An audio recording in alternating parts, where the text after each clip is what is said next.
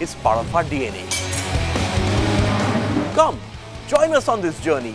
Weekdays 6:30 p.m. IST, 1 p.m. GMT.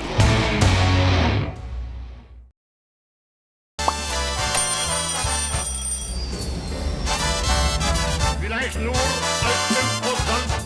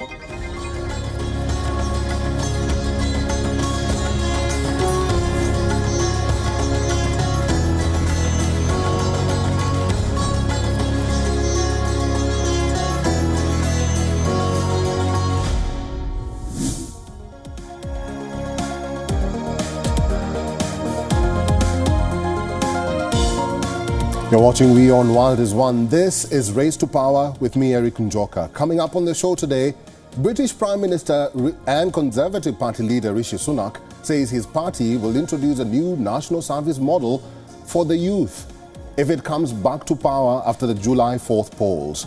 As per the proposal, the 18-year-olds would get the choice of a full-time military placement for 1 year or a scheme to volunteer for 1 weekend a month for a year. Also on the show, the countdown to the South Africa polls has begun as South Africans wait for the May 29 polls. Politicians are going all out to impress and woo voters through dance. The show starts now.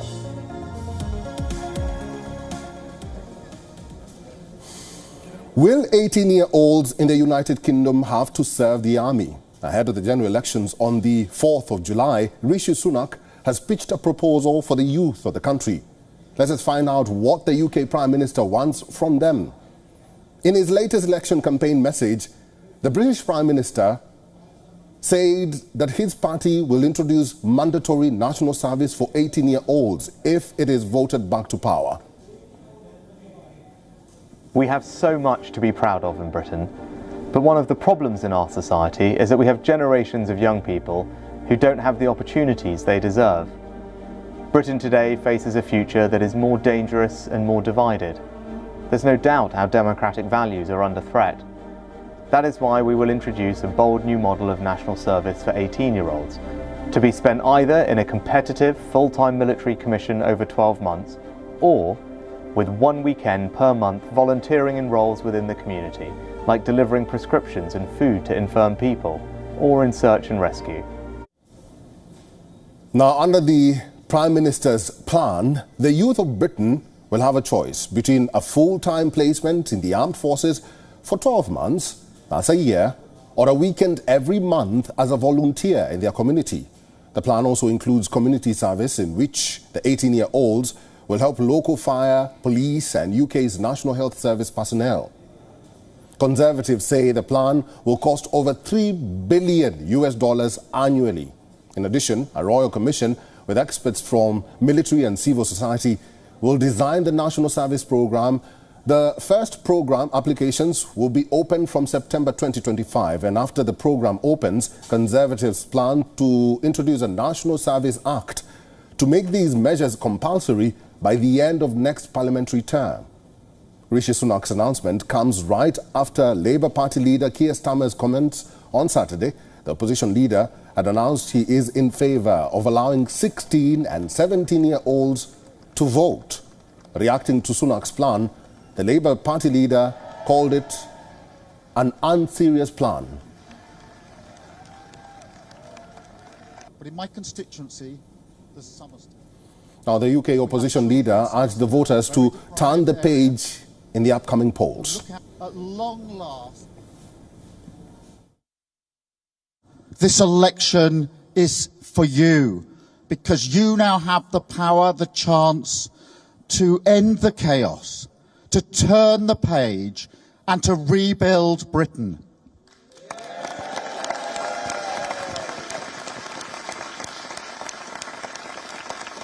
And we've had 14 years of going round and round in circles, getting absolutely nowhere. Chaos and division, feeding chaos and division. And that has a cost, a human cost. All right, let's talk about the politics in the United Kingdom. Mark Brolin is a geopolitical strategist, an author and an economist, and is now joining us live from London. Mark Brolin, thank you very much for making time for us. I just want to know from you your thoughts about Rishi Sunak's proposal. Well, on the one hand, it's obviously related to the election, so it's very opportunistic in that sense. On the other hand, he does manage to tap into a worry about increased perception about increased geopolitical tension.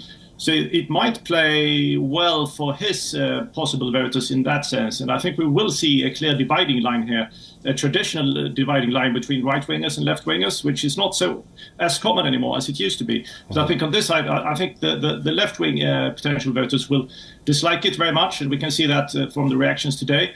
But the many potential right-wing voters, and including those who might be tempted to vote for the party of discontent, the Reform Party, they might actually like this.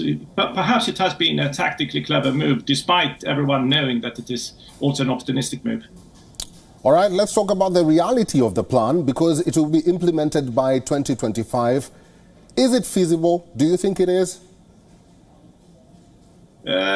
Well, nobody expects him to actually win, but if he would win, if we just ponder that thought, I would think it actually is possible. But then we have some players within the military establishment who are saying that it might be unwise, also because the priority might be wrong. Nobody really expects this new army that would be established to actually come into action. Nobody really expects that the UK will be invaded, for example. So perhaps the money would be better spent on actually buying weapons and sending them, for example, to Ukraine, which of course is a UK priority right now. So it will probably not happen. No, I don't think so. All right, so July 4th it is, general elections in the United Kingdom. The British Prime Minister Rishi Sunak is facing a lot of heat from within and from outside. How would you gauge the political scenario or the political atmosphere in Britain right now? Well, everything is in favour of a Team Starmer. I mean, the Labour Party, they are really sensing that they will win this, and it would be a small miracle if they don't. So Team Sunak is on his way out, and we have headlines today saying that he will probably leave for California as soon as he loses the election. So a big miracle will have to happen for Team Sunak to turn this around. He has been on the back foot for at least a year now. So the sentiment is very much in the Team Sunak's camp, even though Team Sunak is not electrifying voters the way Tony Blair did in 1997. Even if we can probably expect something similar in that kind of the kind of win that Tony Blair achieved in 1997. But Tony Blair was a very popular guy at the time, and Team Starmer is not popular in that sense. But this is much more an anti-conservative election. All right, we'll have to leave it there. Mark Brolin, thank you very much for your time and for talking to us today. Thank you. Let's move on now. U.S. presidential candidate Donald Trump faced an angry crowd at the Libertarian National Convention on Saturday. This moment marked a change from the adulteration he normally receives at rallies from his fervently loyal supporters. Libertarians who believe in limited government and individual freedom blame Trump for rushing through the creation of a COVID-19 vaccine when he was president. They also blame Donald Trump for not doing more to stop public health restrictions on the unvaccinated during the pandemic. Trump, who was the U.S. president between the years 2017 and 2021, immediately mentioned the number of felony charges he faces in 4 federal and state prosecutions. Trump was trying to appeal to libertarians who have more in common with Republican policy positions than Democrats on issues including taxes and the size of government. In what is expected to be a closely fought election. To be invited here tonight as the first president in American history to address the Libertarian National Convention. Great honor. A lot of people ask why I came to speak at this Libertarian Convention, and you know, it's an interesting question, isn't it? But we're gonna have a lot of fun. Well, in the last year, I've been indicted by the government on 91 different things, so if I wasn't a libertarian before, I sure as hell am a libertarian now. And unlike Joe Biden, I don't throw people in jail for disagreeing with me. I don't do that. Libertarians will pick their White House nominee during their convention that wraps on Sunday. Trump's appearance also gave him a chance to quote voters who might otherwise support independent presidential candidates like Robert F. Kennedy Jr., who gave his own Libertarian convention speech on Friday. Libertarians garnered only 1.2% of the national vote in 2020, or about 1.8 million votes. But with November's election, Trump is trying to peel away some Libertarian support.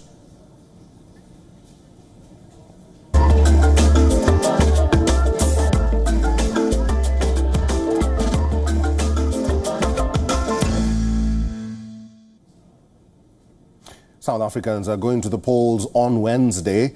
In the last 3 months, all the political parties did everything in their power to win the hearts of people. Party leaders were seen not just campaigning door to door, but shaking their legs and dancing to impress the voters. Here's a report by our correspondent, Kalden Ongmu.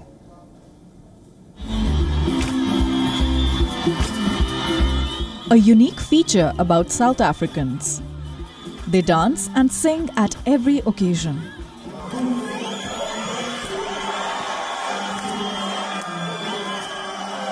And the politicians are no exception. Regardless of age, every political party leader has moved to the beat to impress their constituents.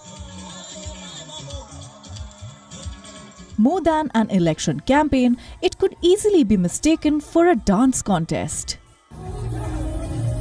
President Ramaphosa did not miss a beat here, DJing and entertaining the crowd. He also did not miss the chance to groove to Grammy Award winner Tyla's hit song Water.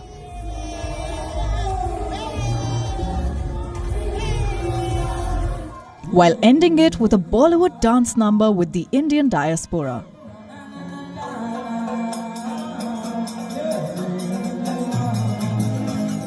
That's not all. President Ramaphosa is not the only one who was, should we say, dancing for the votes.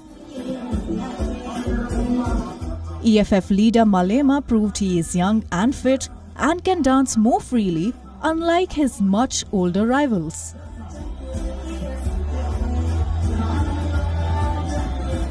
And then there's the iconic visual, the controversial former president Jacob Zuma doing what he does best. People may have different opinions about him, but when it comes to singing and dancing, the 82-year-old has few peers.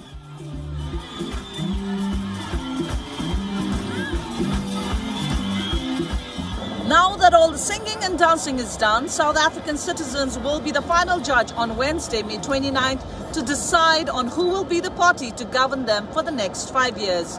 This is Kalden Ongmu from Johannesburg, South Africa, for WION World is One. After 2 weeks of unrest in the overseas French territory of New Caledonia, the region is hoping for calm. Paris has decided to lift the state of emergency from Tuesday morning. The decision comes after President Emmanuel Macron visited the archipelago and met local leaders. In New Caledonia, Macron stressed the need for dialogue. To the surprise of many, he also said categorically that the controversial bill will not be rushed. The The bill under question is a constitutional amendment discussed in Paris earlier this month. It would allow everyone living in New Caledonia for at least 10 years the right to vote. The archipelago lies about 17,000 kilometers away from the mainland and is about 3% of France's area. About 40% of the population are indigenous Kanaks. The group and critics think alike that if implemented, the new bill will dilute the voting influence of the indigenous people. Qu'est-ce qu'ils veulent dire? Je veux dire, c'est tout le malaise social. I mean, it's the whole malaise, the social malaise. I'll take school as an example. They don't even teach Kanak culture in school.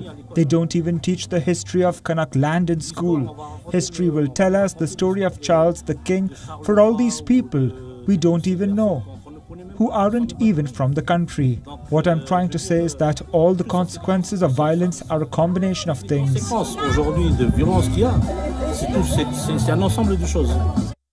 This is not the first time the issue has been raised. Back in 1980s, the archipelago saw violence over the voter criteria rules that only ended with the Numia Accord that granted increased power to the indigenous population. The situation is tense, with at least 7 people killed during riots, cars were set on fire, roads were blocked and businesses were looted. France has already sent around 3,500 security personnel. About 500 more are expected to reach the archipelago in the coming days. By lifting the state of emergency, Paris hopes it will enable dialogue with the local leaders and the many blockades paralyzing the region will be cleared to restore normalcy. The main pro-independence political coalition, Kanak and Socialist National Liberation Front, has said its priority is to ease tensions. It has sternly told Paris that the solution should be political and non-repressive.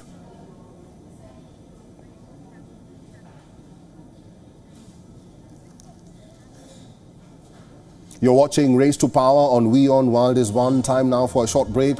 When we return, we'll tell you about Lithuania's President Gitanas Nausėda, who won re-election with a landslide, cementing his power in the Baltic nation. Stay with us.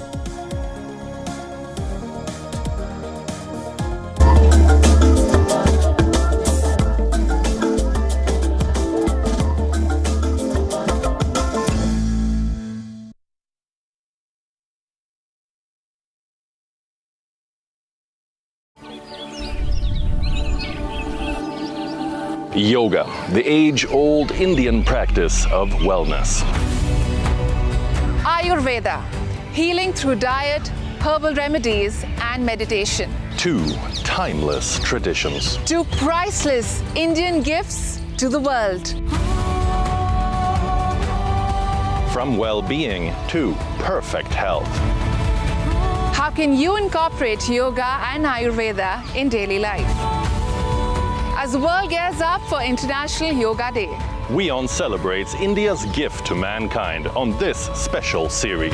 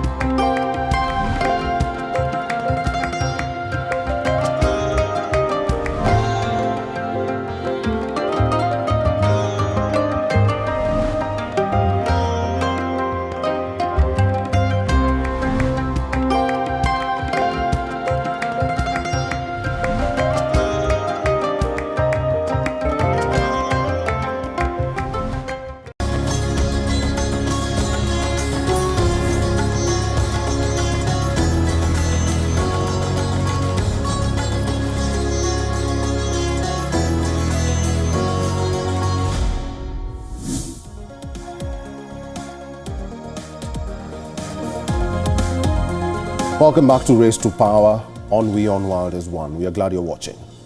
Lithuania has re-elected its incumbent president for a second term in an election dominated by security concerns emanating from next-door Russia. First of all, I would like to thank Lithuanian people for this support, really very significant and very remarkable support. And I think it gives me the opportunity to continue the work and activities I started 5 years ago. It was a landslide victory for the incumbent who got over 70% of the votes.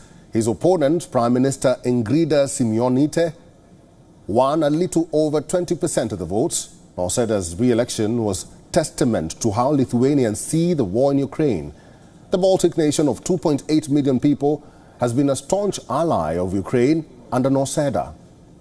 Like other NATO countries in the region, Lithuania worries it could be Russia's next target. However, it doesn't share a border with mainland Russia, but Kaliningrad sits in its west and Russia's closest ally, Belarus, in the south. It is already a big defense spender with a military budget of 2.75% of the GDP. Lithuanian independence and freedom is like a fragile vessel, which we need to cherish and keep from cracking. I will need to work more so that the collective defense system, NATO, and our cooperation with EU countries will work both for the common good and for Lithuania. The country is a significant donor to Ukraine and has been since Russia's invasion in 2022. President Volodymyr Zelensky was one of the first leaders to congratulate Nausėda.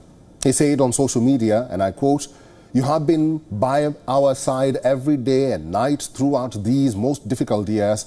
I am confident that working together, we will ensure freedom, peace and security in Ukraine, the Baltic states and throughout our Europe." However, when it comes to domestic issues, Nausėda has shown conservative views. The Prime Minister supported same-sex partnerships, a controversial issue in the predominantly Catholic country. Although cautiously, he has also established himself as a promoter of the welfare state with conservative views on gay rights.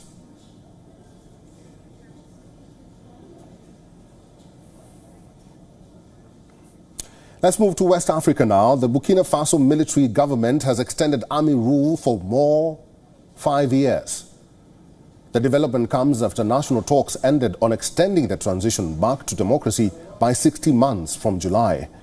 The army has governed Burkina Faso since January 2022 when Lieutenant Colonel Paul-Henri Damiba first seized power in a coup from President Roch Kabore. In September 2022, Captain Traoré ousted Colonel Damiba in another coup, claiming Colonel Damiba was unable to tackle insurgency in the country.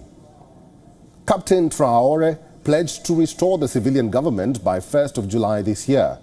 But since then, Captain Traoré has warned that elections are not a priority till the territory is recaptured from jihadist forces so that all citizens can vote. A national consultation meeting was held in the Burkina Faso capital. A new chapter signed by Traoré stipulated that the transition is set at 60 months from July 2nd. It also said, stating if the security situation permits, elections may be organized before the deadline.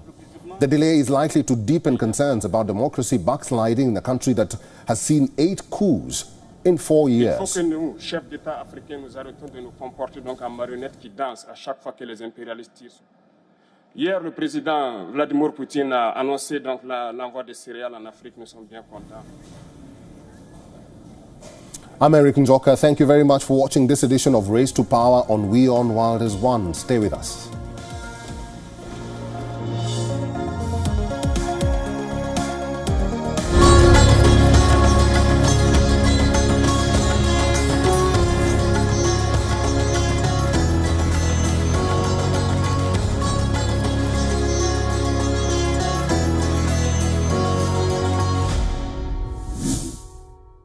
These are the top headlines at this hour.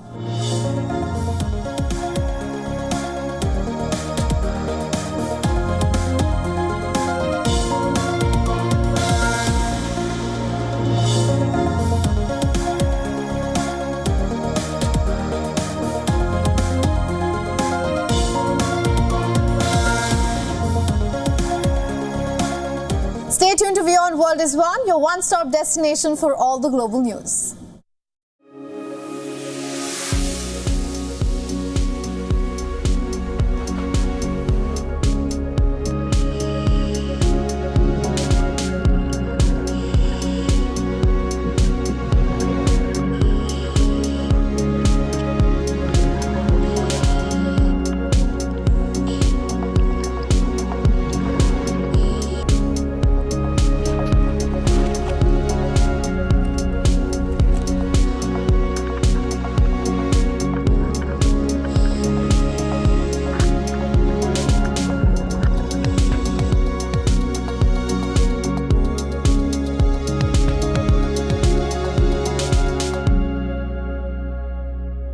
WION Health Resort is unique, the only one of its kind. Experience the 4 paths of